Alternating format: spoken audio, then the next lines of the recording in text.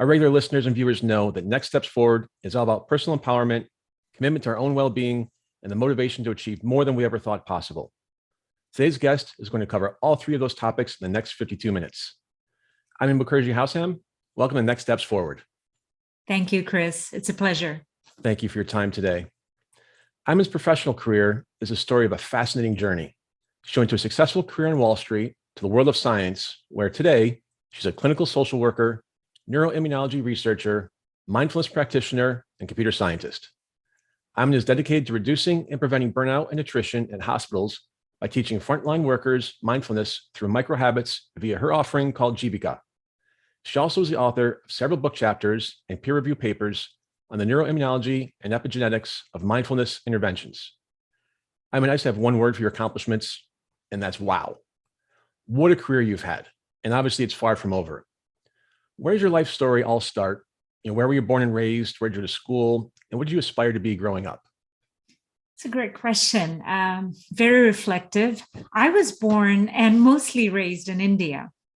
And I went to school mainly in the US. I came here to study computer science. And what got me to start meditating was actually a very personal, traumatic incident that happened back in 2001. I was in a very bad personal relationship and a physically abusive one. And I literally ran away from it to save my life. I must say I'm happily married now with two beautiful kids, so that's over. But back then, to cope with the trauma of this incident, I started meditating. Your path eventually took you to Wall Street, where you worked for two renowned firms, Bear Stearns and JP Morgan. What drew you to Wall Street, and what did you do there? Wall Street, so initially I found a job rather cluelessly. It was very exciting because Bear Stearns was an amazing company, and I knew quickly through the culture of it by just interviewing that I wanted to be there. It was really the people, believe it or not. And what was the second question? Let me pull back to it. And what drew you to Wall Street? You talked about the culture there, and then what was your role at Bear Stearns and JP Morgan? So I reported to the chief operating officer of Bear Stearns Asset Management Division, and I was actually the youngest managing director of the firm. I just loved it. Everything about it, the culture, and also I have to say the mathematical aspect of how the funds work really interested the nerdy side of me. Wall Street, like everything and everybody, has had its ups and downs over its lifetime. What was it like when you were there? Was it up, down, both? Well, Bear Stearns sadly went down historically too in 2008. I was a part of it. It felt like the Titanic. Besides that rather dramatic event, I would say it was mostly up, and perhaps that was my perception. And mind you, it coincided with exactly the time when I was meditating, or at least started the meditation practice. Not sure if that's what kept me grounded, but I like to believe that was. Something we didn't talk about before, I've also been in the financial services firm and was there during the financial crisis. But what was it like, as Bear Stearns, the world was closing up shop? Yeah. What was it like for you, for your coworkers? How did you mentally deal with it? Yeah. I have a lot of friends still from Bear Stearns. Actually, one of my best friends is from there. And, we kind of stuck through it together. We heard about the whole thing unfolding the evening in 2008. I still remember it clearly when we were texting each other to hear, just exchanging what was happening. Is it going to file for bankruptcy or would we be saved? And thankfully, it was a little better than how it could have gone. But mentally speaking, it was sad. It was sad. It was grief. was, I would say, the primary emotion. But that said, every experience has a meaning and reason in life. Always looking for the silver lining. Yes. So it's one thing to be drawn to a profession and quite another to want to stay in it. What was it about the Wall Street environment that enabled you to thrive like you did? My friends and the initially Bear Stearns was more like a very entrepreneurial environment, and I really enjoyed that. And obviously, always helps to have a great boss. So I got lucky there. Eventually, when I was rehired by JP Morgan Chase Asset Management, actually private banking, same thing, similar, but obviously a larger mammoth organization. And there was a charm to that, old school charm, and really enjoyed that. What kept me going was the learning. I learned a lot. You thrived in the pressure cooker of Wall Street, yet it was there that you started meditating. Why? The personal traumatic incident that I mentioned was really what pushed me to kind of deal with the trauma. I had to figure out a way. And I'm not the one to, I tried the therapist route, and that usually works for most people, but it didn't work for me. I am more of a self-help kind of person. So I needed to find some tools, and that's mindfulness. And for me, it was meditation and still is. And how did you learn about meditation? Was there someone introduced you to it or just Googling? It's actually a friend of mine from work on Wall Street that took me to a meditation center in New York City, which actually is no longer there. During pandemic, they closed down, called Shambhala Meditation Center. And just sat there for 40 minutes. The first time, I must admit, wasn't what you think would have been. It wasn't enlightening. I was twiddling my thumbs, getting restless for 40 minutes, looking at my watch. It was painful to sit still. Various people try a number of coping mechanisms, ranging from the constructive 5 general types of coping strategies, which are problem-focused coping, emotion-focused coping, social support, religious coping, and meaning-making. Destructive behaviors, such as overeating, lashing out at others, self-medicating, and substance abuse. Were you trying any other coping strategies before meditation? I think inherently, that's a great question, because that makes me reflect back. I never thought about it. So I would say meaning making, like I said, everything to me, I don't know, maybe it's my dad who taught me this, but somehow I learned that every incident, every event has a reason for it. It's here to teach us something.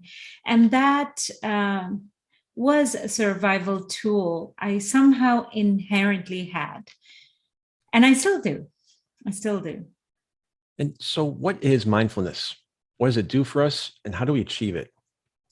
Mindfulness actually is obviously open to interpretation. If you ask people for a word association, oftentimes what comes up with my clients is presence, self-awareness, grounded, peaceful. But just a very cut and dry practical definition that I like to use is, mindfulness is about really being present with our internal processes, whatever we're doing, either be it you and me talking, it could be meditating, whatever it is, and just listening to your voice, listening to perhaps my voice, listening to the space in between. While we do that, we also are self-aware with our physical sensations. What do I mean by that? Am I tense anywhere? Are my jaws clenching? Are my shoulders up? These are little cues that our body gives to us when stress is coming up. So basically, mindfulness in a nutshell is those self-awareness pieces. We're aware of our internal processes.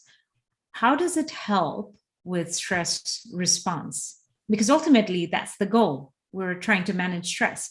Well, when we practice this about being present constantly and noticing our bodily processes. What happens is we quickly train ourselves to notice these stress responses, jaws clenching, shoulders up, maybe our voice shaking, and we invoke some of the tools that we learn, like deep belly breathing.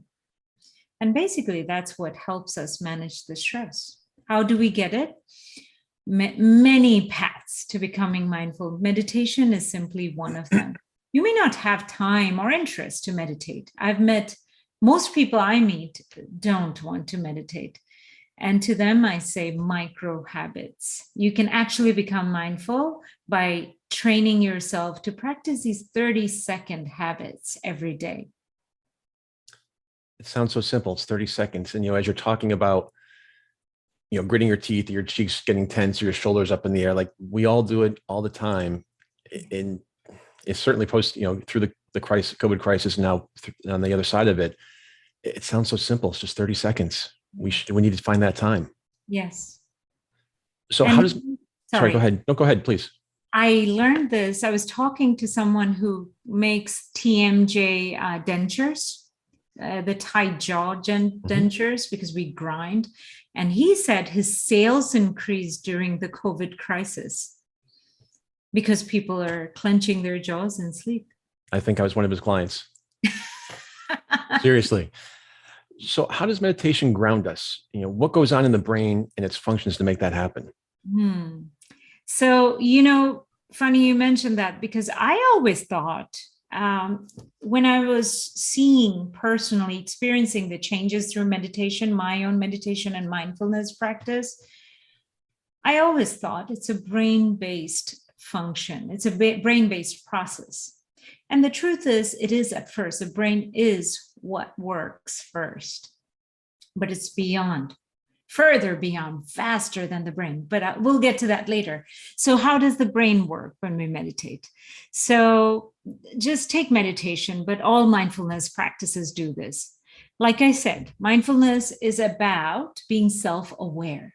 So think about it right now. So right now, you're listening to my voice. You're listening to every space between two words, the silence. You're also noticing your physical sensation. While you're doing that, guaranteed your mind would have a pop of thought. And the truth is, it may not be one thought. It may be many thoughts, like a popcorn machine. Now, that's what the brain does. When we're trying to focus or pay attention to the present moment, brain thinks. That's what it's supposed to do. In a mindfulness practice, any mindfulness practice, the thing is to notice and pay attention when the thought is about to pop or is coming up. Why? Because the truth is the brain pays attention. When you pay attention to a thought, unconsciously sometimes, when we're not mindful, what the brain does is it pays attention to the thought, it jogs memories from the past and compares the thought to saying, okay, this happened in the past. Is there danger involved in it? What did I do then to avert that danger? And then it invokes that action. What we do in mindfulness practice is we pay attention to the thought, and instead of taking action, we return. We tell our mind to come back to the breath, for example. When you do that repeatedly, every time the thought comes, what happens is you're training the brain, like you train the muscle at the gym, to become grounded and present. And that's simply it. You're training the brain. And you actually see a lot of changes that happen in the brain, structural changes, such as the hippocampus, which is a part of the brain that's often affected in Alzheimer's. It shrinks. If you look at the post-mortem reports of Alzheimer's patients versus controls, healthy controls, it shrinks. Well, we found in one of my papers, we talk about this, the hippocampus grows in volume for long-time meditators. Why? Because remember the jogging of memories? We're practicing that every time we meditate, for example, or become mindful. Now, memories are actually, contextual memories are stored or retrieved by the hippocampus. It plays a big role in that. So when we're doing this jogging of memories and coming back to present, we're basically strengthening the hippocampus. Same with the attention network. When we're focusing, we're strengthening the brain's attention network. Lots of changes in the brain, good ones. All good ones. Yes. So you walked us through that. How long does it take to become well practiced at mindfulness? How long? So that's a great question. It depends on the person. But if you look at the science of habits, it takes about, there was a study done in the UK a few years ago that shows that for any new habit to be formed, if you practice it daily, it takes 2 weeks to 2 months, a median of 2 months, depending on the person, depending on the habit. So in my experience, I've seen about, do it for a month. If you're meditating, if you're practicing micro habits, you'll soon realize a couple of weeks, 3 weeks, you're going to start forming a habit, like a Pavlovian response of calming down. And how many times per day should we be mindful, go through mindfulness process? Ideally, we're planning to incorporate this habit to live in a mindful state. But that doesn't, realistically, that doesn't happen. Even after 20 plus years of practice, I would say it takes constant effort.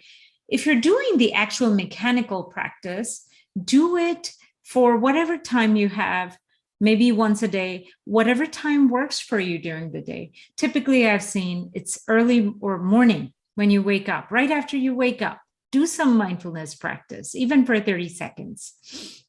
It could be lunchtime for some people. For some people, it could be nighttime. If you could do it more than once, I would say twice is great. And if you don't have time to meditate, if you have 5 minutes, that's great. If you don't have time to meditate, practice the micro habits twice or 3 times a day. You mentioned different times of day and settings. Are there certain types of people or other factors for which mindfulness is best suited? If we're predisposed to mindfulness practice, that's a great question. In my experience, I've seen, of course, it helps to have an openness to trying it out. That's always a plus.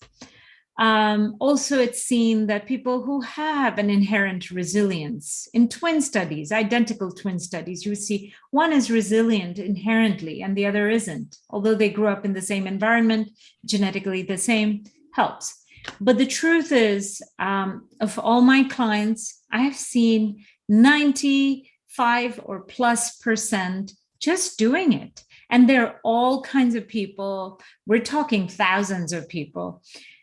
So there are different personalities, doesn't matter. As long as you can stick through it, what helps is knowing having an intrinsic motivation, knowing that this is good for you. It keeps you coming back. What health benefits did you notice you were gaining through meditation and mindfulness? It's a great question. So when I first started back in 2001, a few months later, I noticed that I wasn't not only happier, which is what you expect. I was getting better with fighting off common cold, for example. So, I never got tested in terms of before and after studies. So I couldn't tell you for sure. But I thought that my immune system improved. Doesn't mean that I don't get sick. It simply means that I fight it off maybe a little bit better than I used to before. Meditation helps you with your health, as you mentioned. Did you feel that it helped you professionally as well? Absolutely. Absolutely. It helps us be more productive. Why? Because we're paying more attention to whatever we're doing.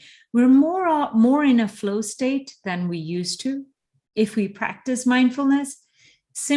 Have you seen artists when they're painting, for example, they're in a flow state. An actor is in a flow state. And that's what we cultivate, we practice. It could be a learned habit, and definitely helps to be more productive. In fact, I have groups of surgeons who are very much like athletes that come to me to simply, not for burnout. They know how to handle stress. They want to be more productive. And that's what I teach them. You started to teach others on Wall Street about meditation and mindfulness. How were you and those lessons received by your colleagues? Well, I started those who came to me. So going back to that predisposition helps. So those who would come to me saying, Ayman, can you teach me a few tricks? I would just teach them. I wouldn't volunteer for it unless someone really wants it. And it was very well received. And, Wall Street is so close to me, and that's where still most of my friends are, or at least 50% of them are. I think we could use some mindfulness to be more productive. And the side effect is happier and better life. Who wouldn't want that, right? Exactly. So you decided to leave Wall Street and study neuroscience. Was that a difficult decision? And how's the transition for you to go from making a lucrative salary on Wall Street to going back to the classroom as a student? Well, that's a great question. For me, it was a very easy decision. Well, also, I was lucky. I was saving up before, and the salary helps. So I consider myself lucky about that. But the truth is, it was easy because as I stayed on Wall Street until 2014, so I stayed for 13 years, I was quite successful. But deep in my heart, I knew that my calling was something else. I needed to teach the simple tricks that once helped me to the others. So that's why I went back to college to be a therapist and also to learn what was happening in the body. Remember, I mentioned I had a sneaking suspicion that my immune system was doing something. I needed to learn if it was true. So I actually became hired. I was also enrolled in neuroscience at NYU. I became a researcher there at a brain lab at Langone. It was difficult. It was difficult to forego the salary just because money buys you freedom, and being a poor student is not the funnest thing, but it was when it's your calling. And within your study of neuroscience, was your focus on neuroimmunology? And explain for the layperson what that is. So I started off with the brain science and gradually, actually, I had to tell you a funny story. I met Dr. Deepak Chopra, who is a famous guru of our times, at a restaurant, him and his wife.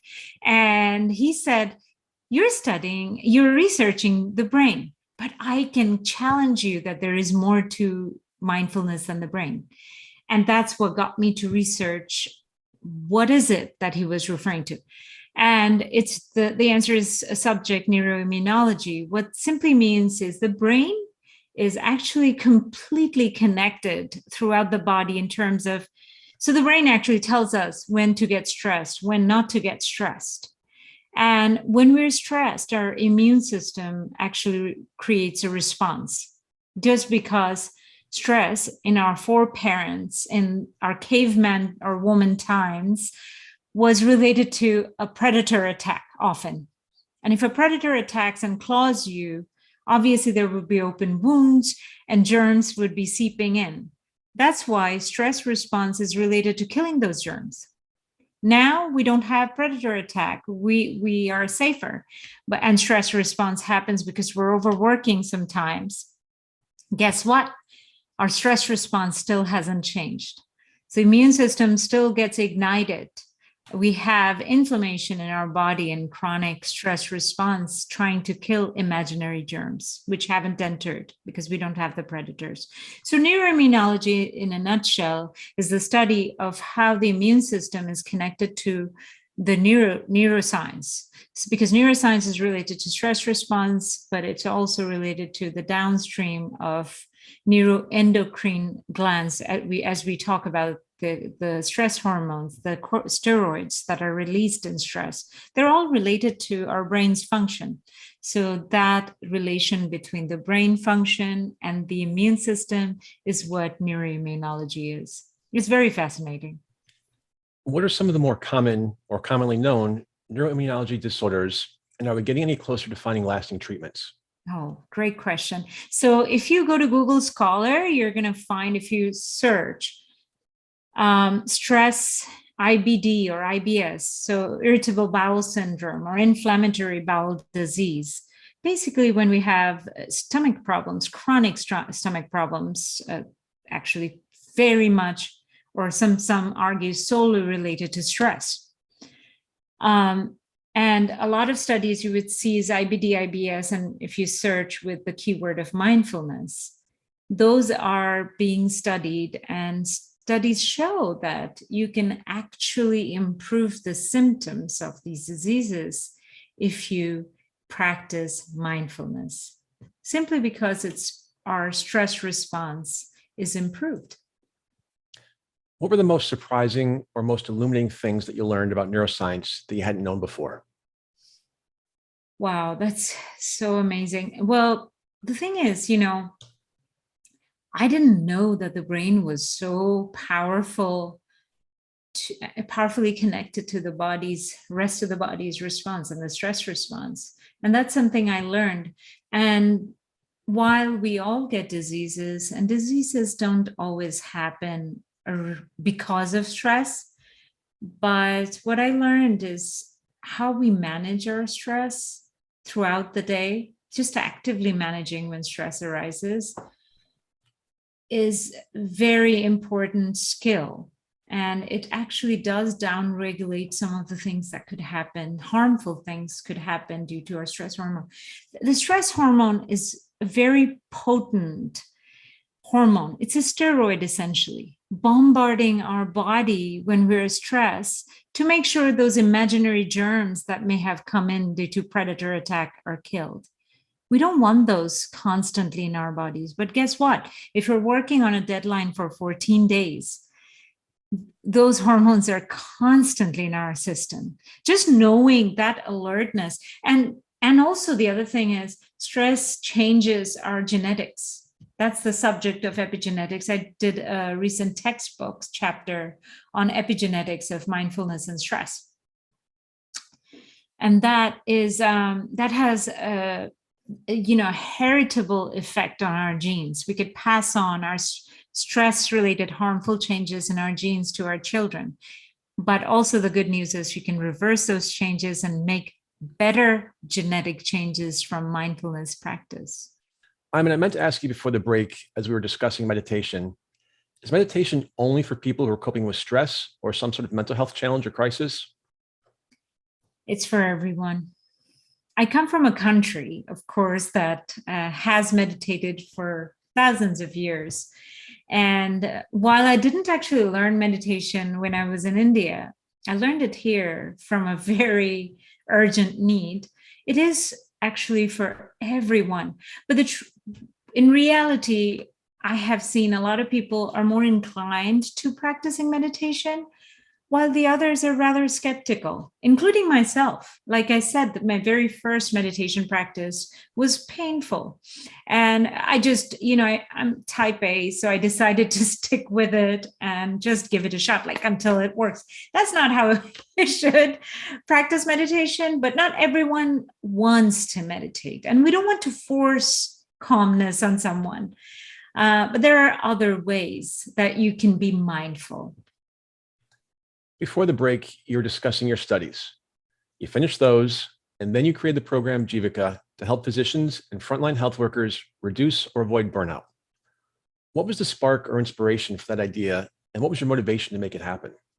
It's a great question. So when I was working at a brain lab in NYU Langone Medical School, one of my colleagues, who's a doctor, invited me to a New York City hospital to teach mindfulness to a group of doctors. At that point, I didn't know how severe burnout was for frontline caregivers. They're twice as likely to commit suicide as in other professions. Not just doctors, we're talking about nurses and any caregiver profession. So I walked in, bright-eyed optimist, thinking, okay, I'm going to cure everyone of my burnout by teaching them how to meditate. Well, guess what? I checked back in a month later, nothing changed. They were still burned out. I asked around, about 100 doctors were interviewed. I interviewed them throughout the US to learn two things. One is, actually, just paraphrase one of my clients who's a resident at a New York hospital said, teach me, Ayman, how to be mindful because I've seen the science. It's straightforward, practical, it works. Second thing, don't ask me to meditate. I asked around why. That was a common sentiment. The very obvious reason was, even for 5 minutes, they don't have the time to meditate. That's why they're burned out. And a lot of them, the second thing I learned was a lot of them are averse to meditation because of the spiritual roots of meditation. They're left-brained, practical science people. And that's why I actually broke down mindfulness into micro habits that are no meditation, 30-second habits, quick to do. And why do you think the ones who didn't want to meditate were reluctant? Well, because, just putting myself in their shoes, because I was I'm still a skeptic, but that's probably why I wanted to see the science behind it. And I became a researcher. Meditation could be boring if you're not intrinsically motivated to meditate. You need to know that it's doing something good for you. But if you already think that, ooh, is it a cult thing? Is it religious? I don't want to do it. Just there's an ickiness to some people called it woo-woo. So there's that woo-woo-ness. And obviously, if you don't have time, you're exhausted throughout your day. You're working 20 hours a day some days. If I ask you to take 5 minutes and sit for 5 minutes, that's going to add to that 20 hours and 5 minutes of your workday. Do you really want to do it? You would rather do something else like sleeping. So that's one of that's the biggest reason. I find it fascinating that your first two subject pools, I'll call them, Wall Street and the medical profession, two of your most uber A personalities that are out there, and you're having success and very good success. Post, as we come through the other side of the COVID pandemic here, are you seeing an increase in the need? Well, obviously the need, but the use, the interest in the frontline workers? Oh, yes. So besides being a huge social problem, this burnout, which actually Dr. Murthy, the US Surgeon General, recently declared it as a state of emergency, national emergency. Besides being a social problem, it's actually a rather big economic problem too. The cost of burnout for one physician, for example, is upwards of $4 billion per year. And the cost of one nurse's burnout is over 10 billion, nearly 14, I think. And half of the workforce on the front line is leaving. Now, the burnout actually on the front line has existed. I did a literature review going back hundreds of years, as long as there has been publications. People have been burned out. When you care for others, we forget to care for ourselves. And that's exactly what's happening with these folks. They're fatigued. Plus, we have a system that's, not fully the infrastructure. We haven't thought through the whole process. So it's breaking down. So just the systemic nature of this problem is getting intensified. But the problem was already there. Sadly, the silver lining of this issue, due to the pandemic, it's made it more intense and more prominent enough for us to have a call for action. 100% agree with you. And that's something I've been saying over the last 2 years, is the one positive thing about COVID is that it's actually put a big spotlight on mental health, on mindfulness, and in a positive way. Yeah. It's no longer taboo. It's no longer just something to talk about the kitchen table or to completely avoid. Yes. To the point where you and I are having this conversation. The federal government just rolled out the 988 number a few days ago. And so, it is a national state of emergency, but at least now we're getting the right eyes on it. Now we just have to have the funding and the programs put in place. Yes, absolutely. We don't have to suffer in silence. Mental Exactly. health is health. Exactly. A moment ago, you talked about meditating, people thinking it being tied to a cult or religious beliefs. How do you dispel that viewpoint? Well, meditation could be, sometimes it could seem airy fairy, right? Just, like the visualizations are described in a way that could be like very hard, not tangible. We have to make the language a little more practical, not just the language, the practices. Now, mindfulness, we also have to separate mindfulness from meditation, because not everyone wants to meditate, and we have to accept that for whatever reason it is. But mindfulness is actually a trait we can develop through practice, a habit. It's a habit of being present and noticing when stress is arising and doing something about it. So, it doesn't have to be meditation. And that's the key. We don't need a world. I mean, it would be lovely if everyone is yogi, but the truth of the matter is not everyone wants to be forced to be a meditator or a yogi, but there is a big option. It's just, a learned trait that we can practice, and that's the practical aspect of mindfulness is extremely important to study in science, and also to spread the word about, make it more practical, make it more pragmatic, show that it could be done as a habit, just like dental hygiene, mental hygiene, right? Well, it's that, or just like going to the gym, you need to find the time, you need to make Yes, it part of your daily routine. absolutely. And like you said, it's just how do we persuade people to stick with it and to find the time? I think maybe one thing to consider, so I live outside New York City. The one positive thing for me is that I've gotten 3.5 hours a day back of my life because I'm not commuting into Lower Manhattan now. How lovely is that? So that is a game changer, Yes, physically, mentally, family, all of that. And, I guess I need to find that 5 minutes now that I've got an extra 3.5 hours a day absolutely. to be more mindful. Yes. And the longer you do is better. I've seen the resident who told me, remember I mentioned, Ayman, teach me how to be mindful. Don't ask me to meditate. He is at UMass now, hospital, doing his fellowship. And guess what? He not only meditates, not only practices micro habits, but actually meditates with his family. How Incredible. cool is that? So once you practice a lot of these, you realize that it's the stigma goes away, the barrier goes away. You're already working with 29 hospitals in the United States and Canada. What kind of results have you seen so far in terms of better mental health and staff stability? Well, that's a great question. I love to talk about it because, you can do something, but not see any results. But we're actually seeing results by teaching mindfulness through micro habits.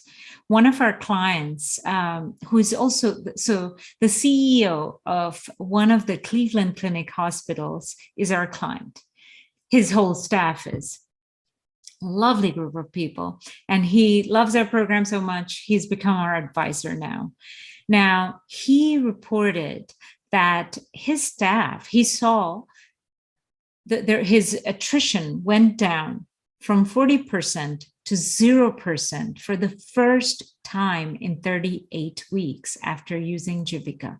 He gives us all the credit, but I'd like to share the credit with his culture, because it's very important for the leadership to inculcate that culture of resilience, culture of kindness. And he does that too. But yeah, we're seeing huge change. And that's great to hear coming from the top of the house on down. That's how you lead. Yes. And we also see that our actual users, who are the doctors, nurses, physical therapists, reporting back saying, so I do a survey, a burnout survey every time after my interactions with them. So periodically, every month. And now they say, these nurses, one of the nurses said, if you asked me to take this survey now versus when you did back when you first met us, results would be completely different. They're so much happier, and that just makes my day. How soon do you expect other hospitals to pick up the program? And what's your ultimate goal in terms of the number of hospitals or medical professionals that you hope to serve?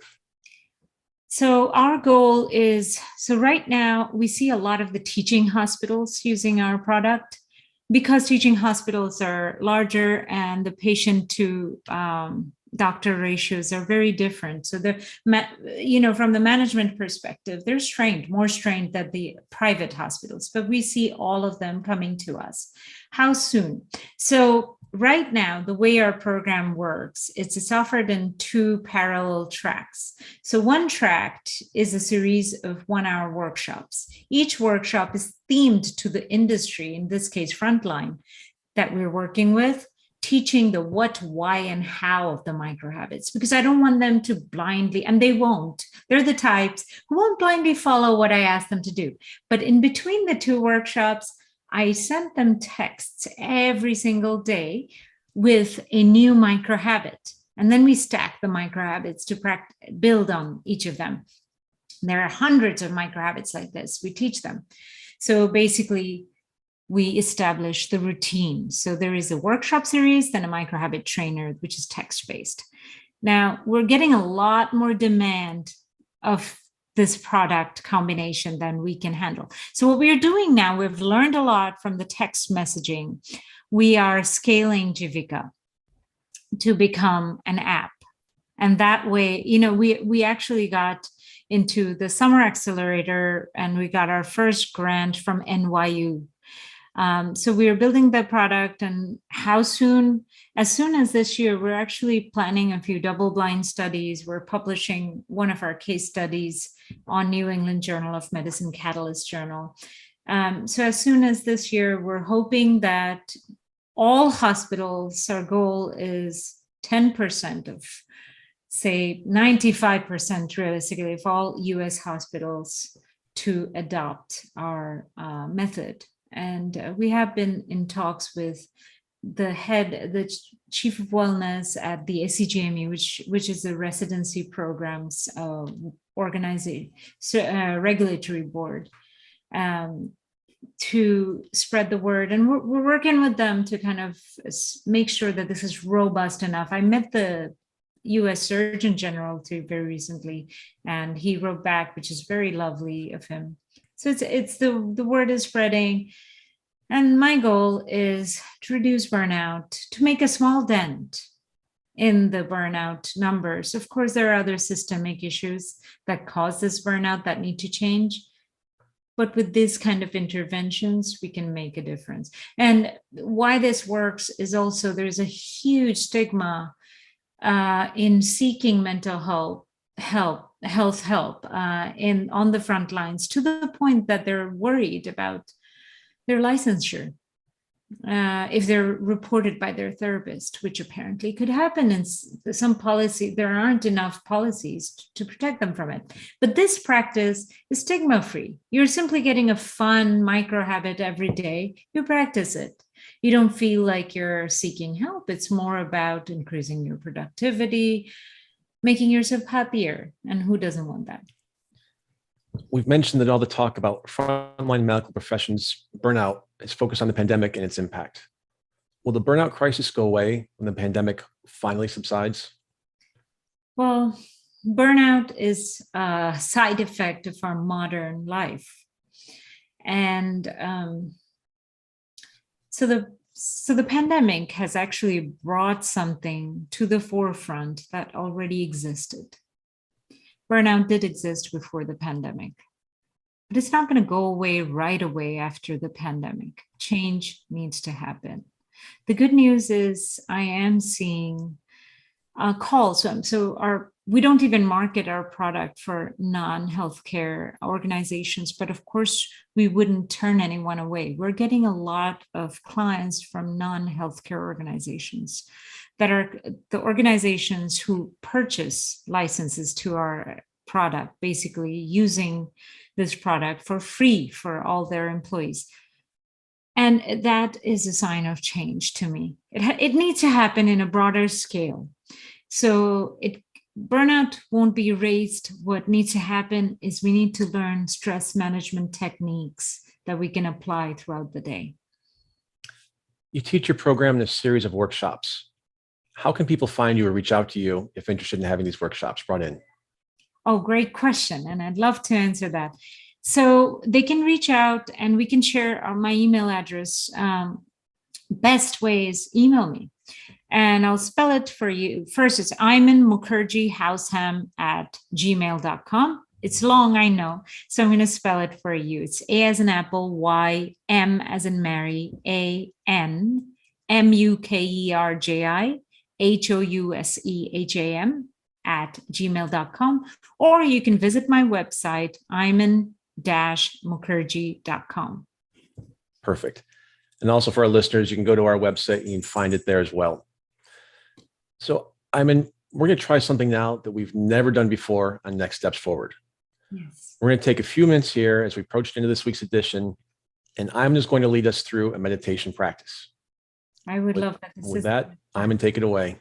Thank you. This is my best part, happiest and most, it makes me happy. So for this quick relaxation exercise, what we'll do is we're going to sit in a certain way that helps us stay awake and alert, yet kind of, comfortable enough that we can relax without falling asleep.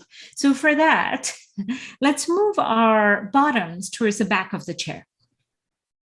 So if you have a backrest, relax and lean on the backrest so your back is erect if it doesn't hurt your back. If that hurts your back, do whatever it takes to not be in pain as much as you can. And we're going to do two more things. We're going to separate our upper and lower jaws slightly, and we'll keep it that way throughout this practice. The second thing is you can touch the tips of your shoulders and roll them towards your back, away from the ears. It should feel really nice. It's a stretch. And keep it that way without straining anything. And place your palms either on your laps, on the table, whatever is comfortable for you. And if it's available to you, close your eyes. I'm going to keep my eyes open just because I want to just stay on track on the time. And I'll also keep my eyes closed from time to time. So start this practice with your shoulders away from the ears, jaws slightly apart. Take 2 deep breaths. I'm going to guide you through it. You're going to take 2 deep breaths through the nostrils. You're going to follow the air as it travels down the body and then up the body as you exhale. And we're going to hold the breath in between. I'll count the hold. Why? Because that actually sometimes helps with bringing down the heart rate, which is always a good calming thing for the nervous system. So inhale through the nostrils. Notice the chest rising. Now notice the belly rising, and a quick way of doing that is noticing the belly button move away from your back. Hold the breath here for 5, 4, 3, 2, and 1. Now slowly exhale through the nostrils. Notice the belly button moving towards your back. Your chest weaving in and warm air passing out through the tips of your nostrils. One more like this. Inhale.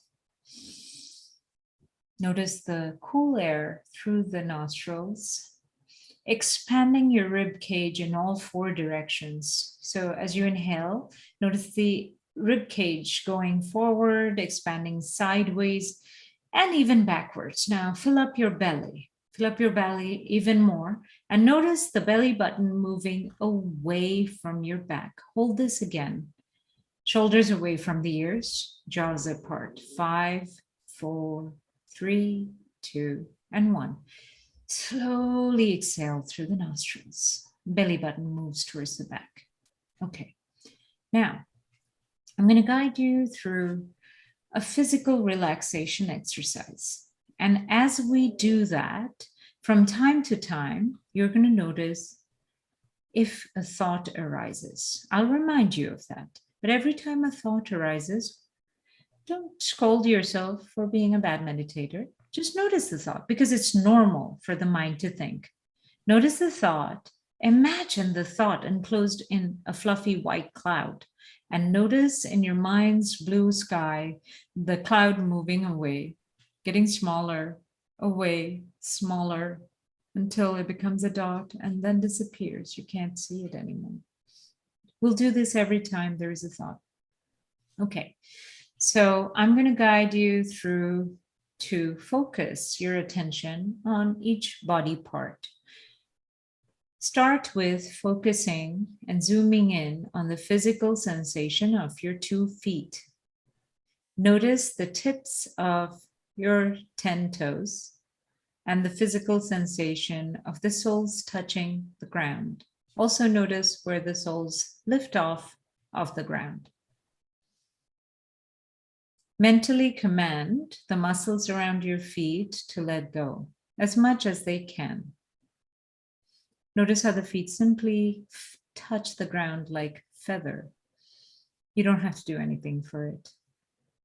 If a thought comes, notice the thought and notice the thought moving away like a cloud until you can't see it. Now, zoom in on the physical sensations of your calves and shins. Mentally command the muscles around the shins and the calves to let go as much as you can. And notice the lower legs simply hanging from your kneecaps. I'm sorry to interrupt. Hopefully the listeners aren't falling asleep. I was very meditating calm there. We're running out of time. Again, it's Ayman Mukerji Househam at gmail.com. And your website one more time, please. Ayman-Mukerji.com. Perfect. Ayman, thanks so much for being with us today. Thank you. It's my pleasure, Chris. And thank you to our audience for tuning in to this week's episode of Next Steps Forward. I'm Chris Meek. For more details about upcoming shows and guests, please follow me on Facebook at facebook.com/Chris Meek Public Figure and on Twitter at ChrisMeek_USA. We'll be back next Tuesday, same time, same place, with our leader from the world of business, politics, public policy, sports, or entertainment. Until then, stay safe and keep taking your next steps forward.